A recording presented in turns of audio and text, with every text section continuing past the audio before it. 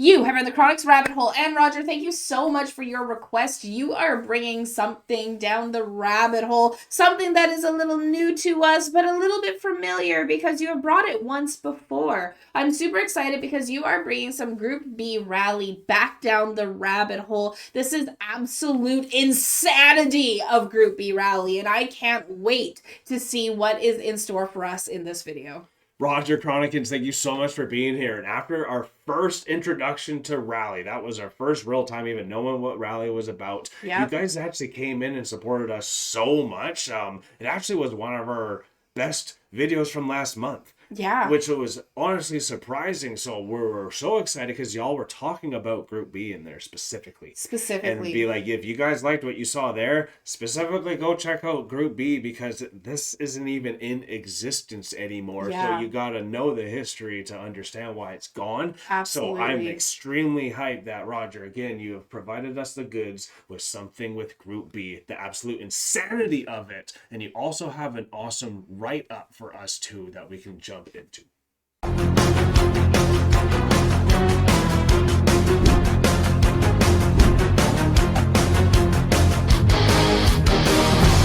Roger lets us know that this is a video that explains in detail and also gives us some historic background of the Group B. Group B rally class only existed for 4 years, from 82 to 86. But in that short period of time, it left an unerasable image and legacy. It is also referred to as the golden age of rallying and less positive because of the many casualties of the killer bees.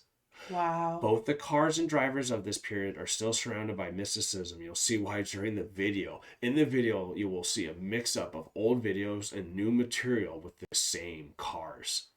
Wow. The latter being recorded at the historic rally races being held today.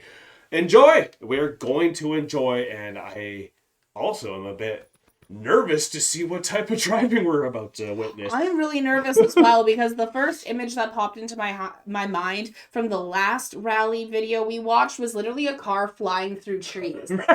Right? So like that one was nuts. Yeah, we're sick, y'all, so we might be coughing a lot. That means it just hit us hard. But anyways, thank you guys so hard much. We couldn't breathe. Exactly. Thank you guys. You ready for absolute insanity? I am ready for some absolute insanity. Rah. Rah. When auto racing first began in the 1890s, it was extremely simple. Get a bunch of cars and drivers together and have them race from one town to another. First one there wins. In a time before purpose-built racetracks or electronic timing and scoring existed, this was the easiest way to put on a race and have an undisputed winner. However, these events were held on public roads, and thus you couldn't sell tickets and anyone could just waltz up and watch a race for free, or at least a segment of it. People wanted to watch the entire race and were willing to pay to make that happen, so around the turn of the 20th century, auto racing migrated onto horse racing tracks, as there were already hundreds of them dotted across Europe and North America. Fans could watch the entire race, get food and drinks, and even bet on the outcome. And the best part was, all the infrastructure was already built. In a span of less than 10 years, motorsports went from almost unrecognizable to looking exactly like a modern racing event today. Well, but no matter how much the sport of auto racing changes or how much different it looks as the decades drag on, some people are always going to want to do things the old way. Even to this day, there are still racing divisions that host races on those same horse tracks from the 1900s. Some people who insist on racing in the old styles are just in it for the nostalgia. Others are purists and say that's the only real form of racing. We have a place called the Western Speedway on our island, and it's just a dugout sandlot loop. So now knowing where all this comes from and getting to understand that, like, I get the connection to why it has a hashtag NASCAR on here too with the rally and understanding the progression of everything too, and everyone wanted to be able to see the race in one spot. There's been, like, in my life, I've heard so many, like, negative comments or like haterish comments to NASCAR, like, oh my god, another left turn, right? Yeah, you know, like those types of comments that are just a little bit funny. But what's really cool is now learning about this as somebody who's never really been really into... Not a historian I'm not a historian of it. I've been to some races, you know, we yell when the person we want wins. It's great. Check a flag, I have fun. We get it, you know, like there's some flags, there's a pace car. It works great. But now knowing the history behind it, that it started as in the 1890s with this brand new technology that was just invented, the car or the horseless carriage as it was, right? And being able to race them and see how fast you could go and how exhilarating that would have been when you were going from a horsing cart to a vehicle. Of course. Going onto the horse racing tracks and like creating this and then eventually becoming NASCAR. That's really cool history to know. It is, and this is quick times already in this, so let's keep this going. Old styles are just in it for the nostalgia. Others are purists and say that's the only real form of racing. But most see it as an old art form that deserves to be preserved and continued at all costs. Thus, some drivers still held on to the point-to-point style of racing that had started it all. In 1911, the Rally of Monte Carlo was held in Monaco, and the name stuck. That style of racing forever thereafter was known as rally racing. Eventually, instead of one-day point-to-point races, the long rallies were broken up into segments run across multiple days. That way fans could watch more racing and get more bang for their buck. After World War II, motor racing saw an insane boom in popularity all over the world. By 1950, Formula One had begun competition and several rally series had popped up. But in 1973, the FIA, the sanctioning body for F1, threw their hat into the rally ring and created the World Rally Championship, or WRC. Immediately they saw success as they gained the rights to the Rally of Monte Carlo, and many other major rally races all over Europe, be it in the paved streets of Monaco, the snows of Finland, or the mud of Sicily. The WRC did it all and had one of the most challenging schedules on the planet. Soon, rally racing was becoming more popular than Formula One, because unlike in that series, all the cars in the WRC were stock cars anybody could buy straight from the dealer's lot. The WRC had a rule that in order to race a car in their series, a manufacturer had to produce at least 5,000 units for commercial and private sales. This rule made the Lancia Stratos one of the most recognizable race cars ever made, and it won the WRC's championship top division 3 years in a row, from 1974 through 1976. Even in America and other places where the WRC didn't race yet, people knew about the Stratos. Kids had posters of it on their walls. Those lines are unmistakable. Just look at that thing. However, by the time the early 80s rolled around, there was lines are unmistakable. That's such an 80s car. Man. It looks like something from the future. It's like the DeLorean. But it's like the past. Back to the Future DeLorean kind of vibes to this. It feels like it could fly. Wow, that thing's sweet. Oh Look at that thing. However, by the time the early 80s rolled around, there was a problem with the WRC. The numbers of divisions or groups they ran were too specialized and too restrictive for the automakers to justify manufacturing 5,000 units necessary to meet the WRC's regulations. Also, the 6 groups they had hamstrung the teams with tons of rules in the way. So in 1982, the head of the FIA, Jean Balestre, made a radical move. He condensed down the number of groups from 6 to 3. 2 stock divisions would remain, but the third was something entirely new. Usually when a sanctioning body is trying to win over teams and factories, they introduce new rules to cap costs and keep them happy. But this time the FIA would take away the rules and say anything goes. So long as the car has 4 wheels and the engine breathes air, you can run it. For the 1982 season, the FIA and the WRC effectively threw the rulebook out of the window and said, let her rip. Oh no!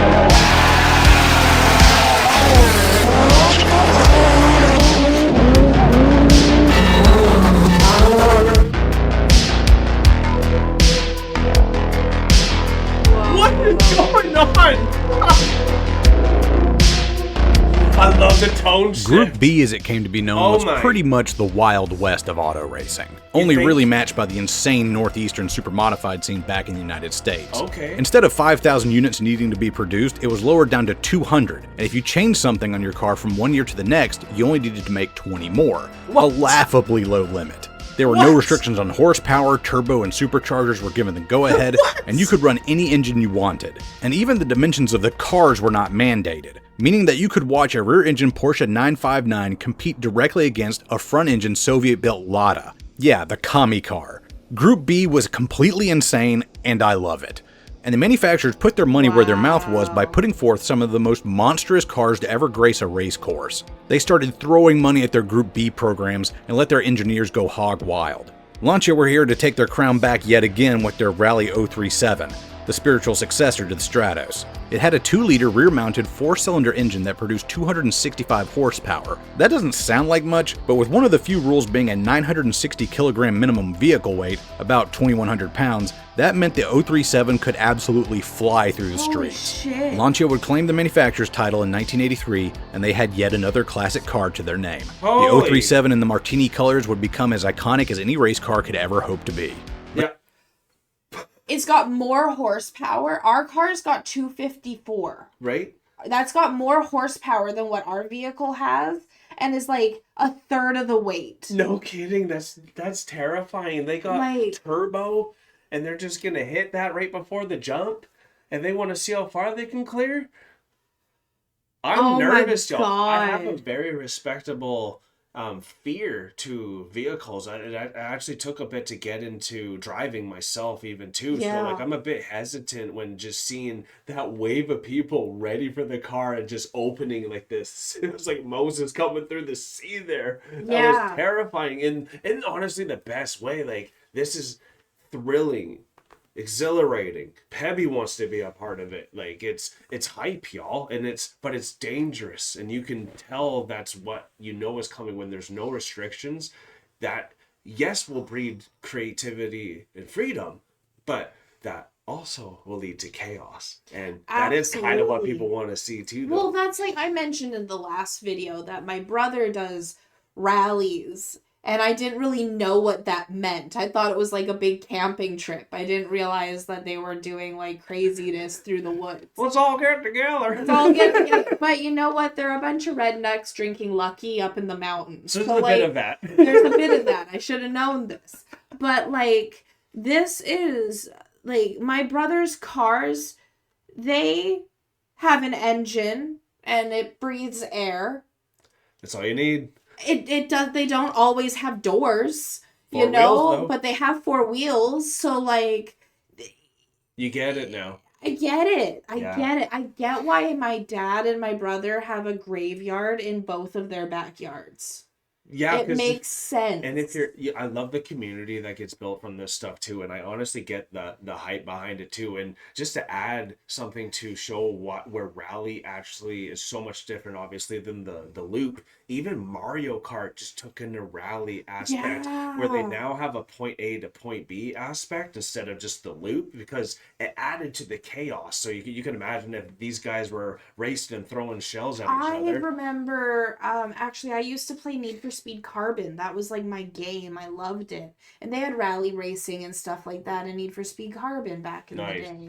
So, like, I didn't realize how much this has actually been a part of my life without realizing it's been a part of my life. True. Here we go. The 037 in the Martini colors would become as iconic as any race car could ever hope to be.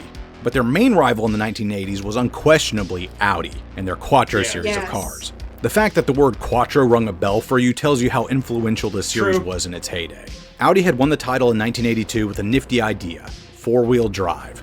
The car was a front-engine design and looked fairly normal, look at but it had a that control. turbocharged inline 5-cylinder motor, and the 4-wheel drive meant that all 4 wheels could put down the 340 horsepower it produced. It was significantly over the minimum weight, being just a touch under 2,500 pounds, but that much power combined with a way to actually get it on the ground effectively meant that Lancia had serious competition.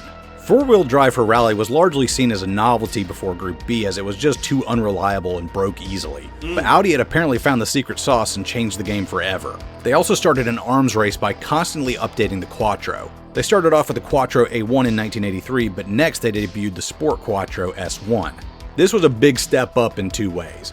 First, it produced 100 more horsepower than the A1, Wow. despite using basically the same engine layout. And second, it really delved deep into the ever-evolving world of aerodynamics. Aero had been something that race teams all over the world had been fiddling with since the the snow 1950s, driving. but cars at the time simply did not go fast enough to make it worth spending that kind of money on R&D. But Group B pushed the envelope so much in the power department that aero was now a real concern, and the cars began looking less like street cars and more like rocket ships. Yes. Peugeot was also in the Yeah. thick of it with their offering, the 205 T16. It had an inline 4 turbocharged engine that made in excess of 500 horsepower and had aero scoops jutting out of every corner of the car.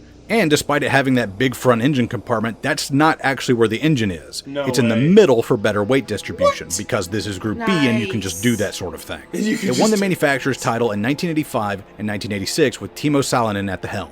Now's where we get to talk about the absolute mad lads and lasses that drove these things. Yeah, because they thank were you. every Who are bit as they? weird as their cars. I bet. Timo Salonen was a Finnish driver who, despite his appearance making him look like a tax accountant, was the best driver in Group B's history, Really? winning more events than anyone else. He was a laid-back man who Wow. never lost his cool and insisted on driving the car with just one hand and the other one being permanently left on the shifter. Stig Blomqvist took up driving duties for Audi and tamed their Quattro series, being instrumental to Respect Finland. Fact.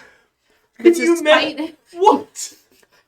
despite him looking like a tax accountant, he's the fastest driver in history and drives with one hand.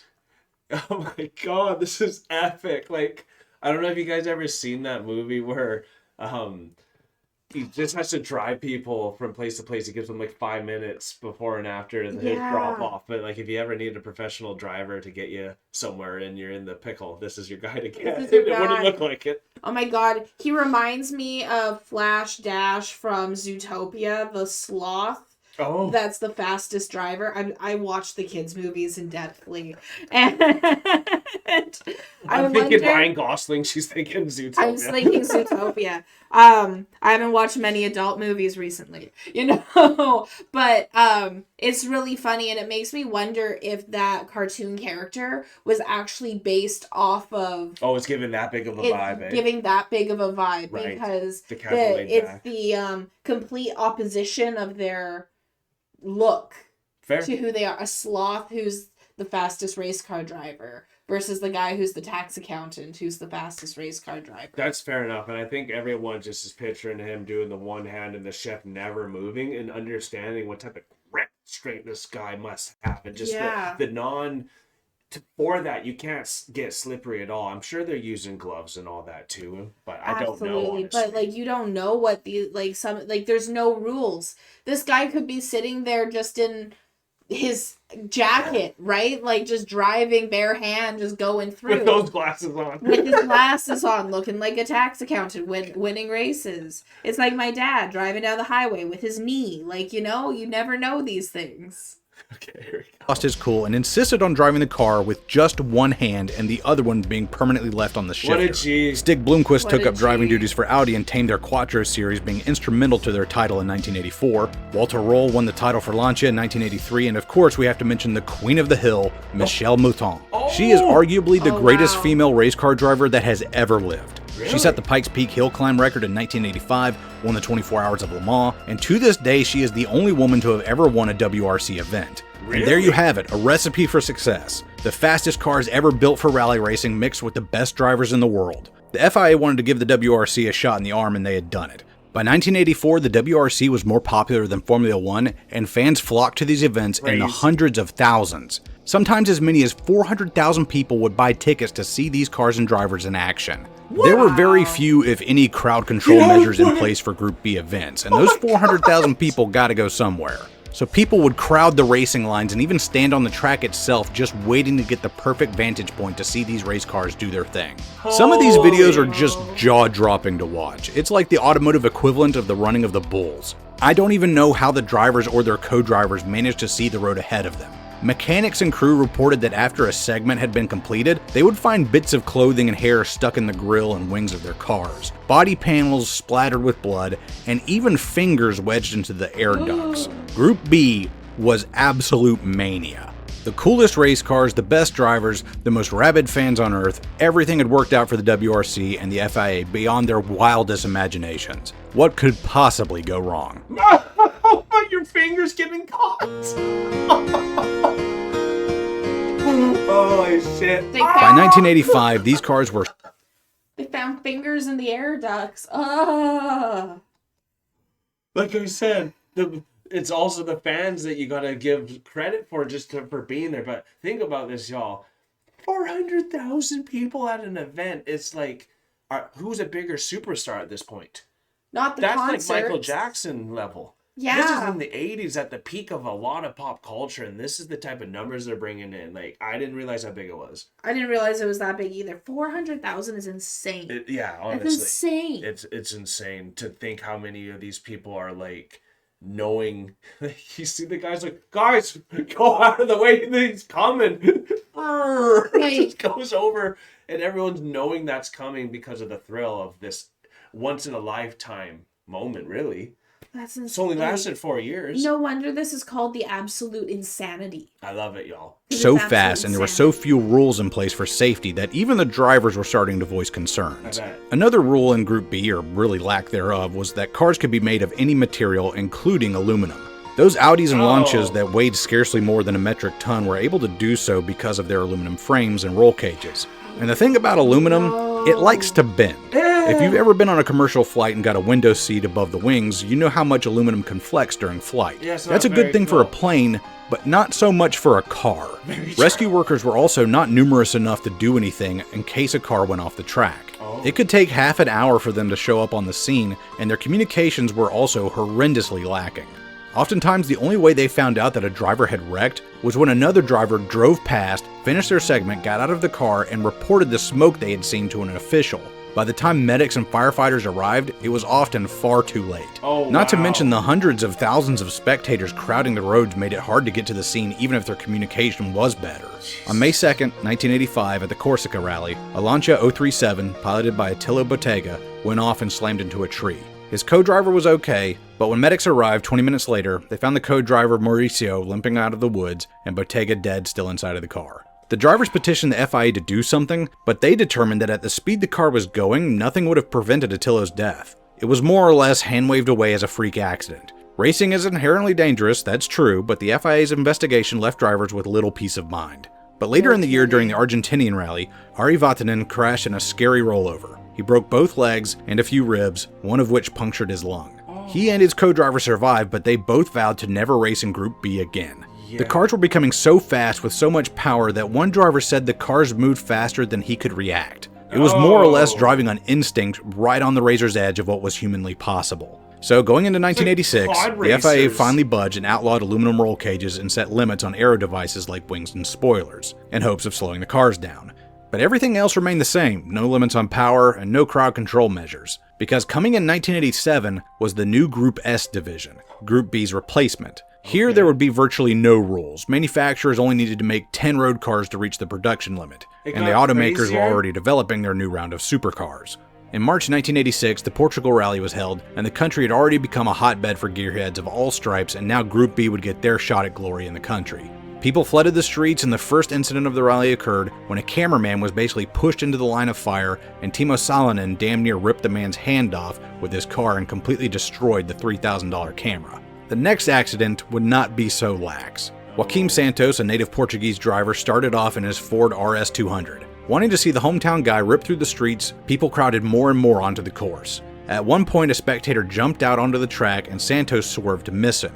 He then overcorrected and the car slid broadside into a group of people. His co-driver Miguel Oliveira said that in Group B the cars were so fast that he just had to look at his notes and feel the track turn for turn. But in this instance, he suddenly felt thuds and bumps as the car careened into the crowd. 32 people were injured and 3 people died, including a mother and her 11-year-old son. In a disgusting move, the FIA continued the race and did not tell the other drivers what had happened. When the drivers completed the segment and got told what happened, they banded together and vowed to go on strike to stop the competition. But the FIA kept things going, and Jean Balestre said he would punish any driver or manufacturer that walked out. At the Corsica rally just 2 months later in May, Henry Tovinen and his co-driver Sergio Cresto were putting on the race of their lives, winning stages left and right. But on the second day of competition, their Lancia went off at a point where there was no guardrail, and it flew off of a steep hill. The fuel tank immediately ruptured, and a ball of fire erupted from the crash site. Drivers completing the segment reported to officials that they'd seen black smoke in one of the turns, and by the time rescue personnel got to Henry and Sergio, there was nothing left of the wreck except a charred frame. Now in action was borderline criminal, and after international pressure from drivers, manufacturers, and governments, Group B was immediately banned from competition and never got to see the light of day again. And its successor, Group S, was scrapped entirely. You think? Wow! Whoa. Holy shit, y'all. Like... Killer B. that's like next level type of not thinking ahead of how to prevent some of these things. Because if you wanted this to last any bit, you had to have had a way to protect these drivers and people. And Yeah. but the thing is, when you're going through that, I was thinking something kind of funny, and I almost don't want to say it now just because of how like intense that went. But like, we're on YouTube, whatever. Like, I'm thinking Crazy Taxi, you know, like, oh, you almost hit a guy, that's 10 points. Like, that's part of the Yeah. excitement. It's just how close you're getting. Like, oh, I took out a camera, but not the man. This is all good. But then it just kept escalating, and that's part of the scaredness, I guess, that Yeah. we already had the apprehension of jumping into this, and when you could tell this tone shift, because you knew the chaos it was eventually gonna bring out. And that's just so sad that these people are going through this and having to be forced to do it. Yeah. And this is their livelihood too, right? So that's the most terrifying thing, to think you can't even think about the you're not track, even- because it's become- instinct it only. became like a, and at the end, because they were being punished if they spoke up, it almost became like Union Buster level, if you know what I mean, right? It is. Like, But y'all just like, do you think they have the force? Like, they're Yeah. not, these aren't Jedi warriors that can, no. like if you're saying you don't even know the turn, you have to play off like the roadmap that you've thought about. Like, we have to turn in like 2 seconds. Okay, turn. Like, you can't even be looking. Yeah. It makes It's no all off sense. instinct. Yeah. Wow. Right. After Group B's disbanding, Group A, the more strictly stock division, picked up the banner and marched forward. But this time with the restrictions and safeguards the drivers of the 80s had wanted. Now there were crowd limits, they had to be kept further back in most areas, and rescue personnel were more numerous with helicopters in the air and radio communications opened up between them. Yeah. Now if a driver went off, their officials would know about it immediately and be able to send help within a few minutes rather than half an hour. That's great. Even still, rally racing remained popular all over the world. The Subaru Impreza WRX and the Mitsubishi Lancer Evo became classic cars, and their computerized I know traction all control those systems and cars. driver assists are commonplace on road cars today of all makes and models. The features you take for granted in your personal car and the safety precautions in place at every racetrack today were earned out there on the ice, snow, gravel, and dirt stretching from Portugal to Corsica, from Wow. Finland to Argentina. Yeah. People had to pay a high price for those things. And if there's any silver lining to Group B and rally racing as a whole, it was that they have saved countless lives through these technological advancements. The WRC is still competing today, and the envelope is still being pushed, but with the proper safety measures in place to make sure we don't repeat the same mistakes. And even with all the new rules set up, limiting horsepower and boost, and making the cars sturdier with steel, Yeah, if you no watch a boost. modern WRC event, you can see that the true spirit of Group B never completely went away.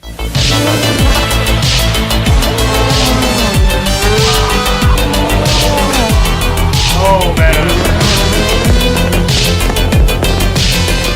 Today, the cars have a Goosebumps. lot less horsepower, but they're actually faster than their Group B brothers, if you can believe it. And with Wow. modern seats and belts, they're safer than ever. Holy There's never shit, been a we got better time to dark. be a rally fan, with cameras broadcasting every angle of every stage. Yeah. And yes, you can still get uncomfortably close to the action if that's your thing.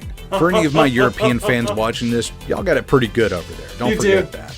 Anyway, I'm Slapshoes. Thanks for watching, and until next time, y'all take it easy. Wow.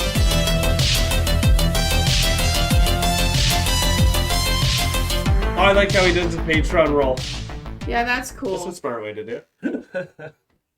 That's Wow. a very smart way to do it. Honestly, that was incredible. I don't even mind. I didn't mean to pause it that much either, too. It was just exhilarating and honestly overwhelming at some points, because you feel for these people, but also it's like there's something not cult-like, but there's a bit of like this crazy community It's a that community for sure. that brings like these type of people that are looking just for experience. And I think that's really what rally has brought into this for me. But then also not knowing how much it's helped just our everyday car, I thought was really cool as well. Yeah, too. very cool to think of, because like, so I used to sell cars, actually. I sold Yes. cars for Honda for a while, and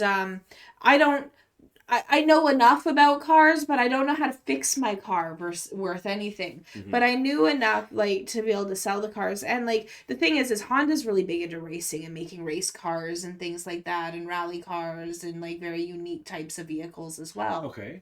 And so that's kind of where I learned about like the horsepower and different things like that within vehicles. And I was actually going somewhere with this. So with working at Honda and getting to know about like the different race cars that they were kind of making. I couldn't name any off the top of my head right now because it's been over a decade since I was there.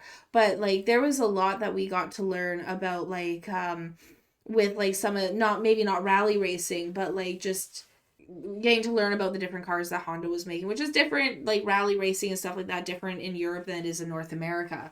But it really got me started getting me interested in motorsports and those types of things. Okay. As well as like I had mentioned like how my brother does rally and I didn't really know what that was, like out in the mountains. Now I know kind of probably what he's doing, and now I'm actually petrified for his life a little bit more. You should talk to him about it. I should talk to him about that. Like, is this really what you're doing? Is this really what you're doing? Or is this what you did do in your 20s, right? I don't Here's know a if video he's you should doing watch. anymore. But it started really getting me interested in motorsports and stuff like that. And it's kind of now being able to see rally and see like and the history of it and how it's really come into, and that's also what I was going to say, come into our everyday car life with vehicle assist and things like that. I remember when I was selling cars, when all of those things this was back in 2015. So yeah, like over 10 years ago now.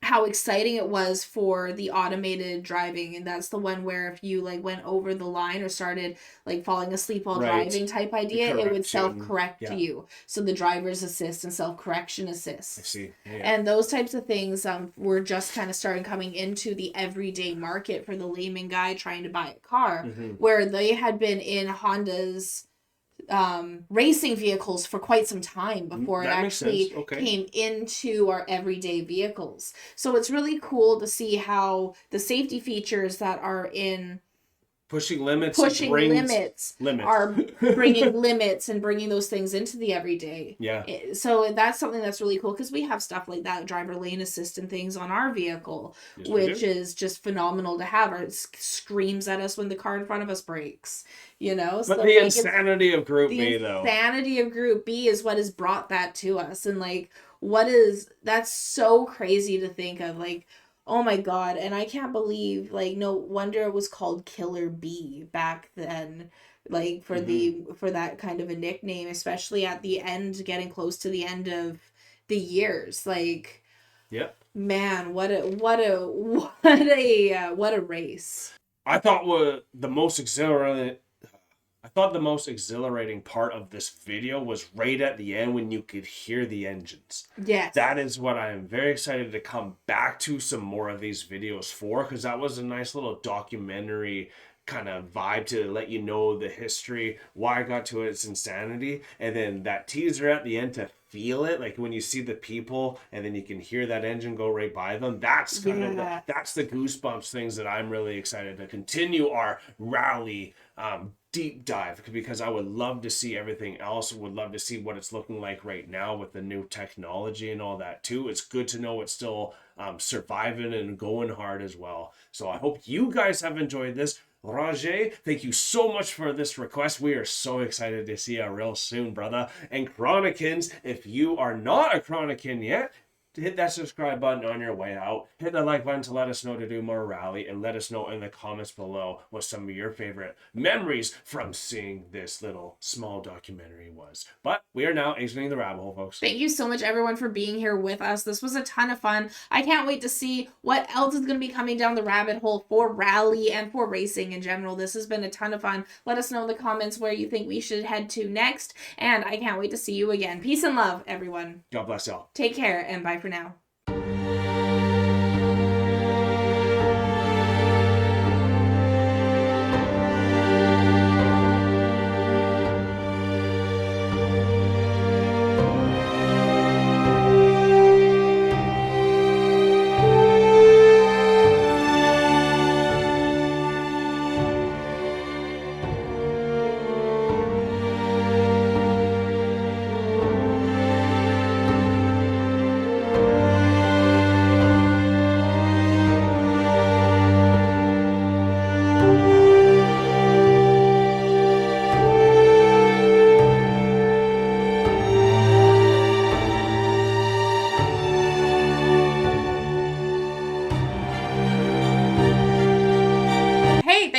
to the end of the video. It's so good to see you here. And if you would like to continue in supporting us in our future endeavors, you can do so by supporting us over here. And if you really like this band or artist that you listen to in this video, you can support them right here. And we think you might like this video right here. So remember to click it and continue on your trip down the rabbit hole. Thank you so much, Chronicans. Thank you so much. Peace and love.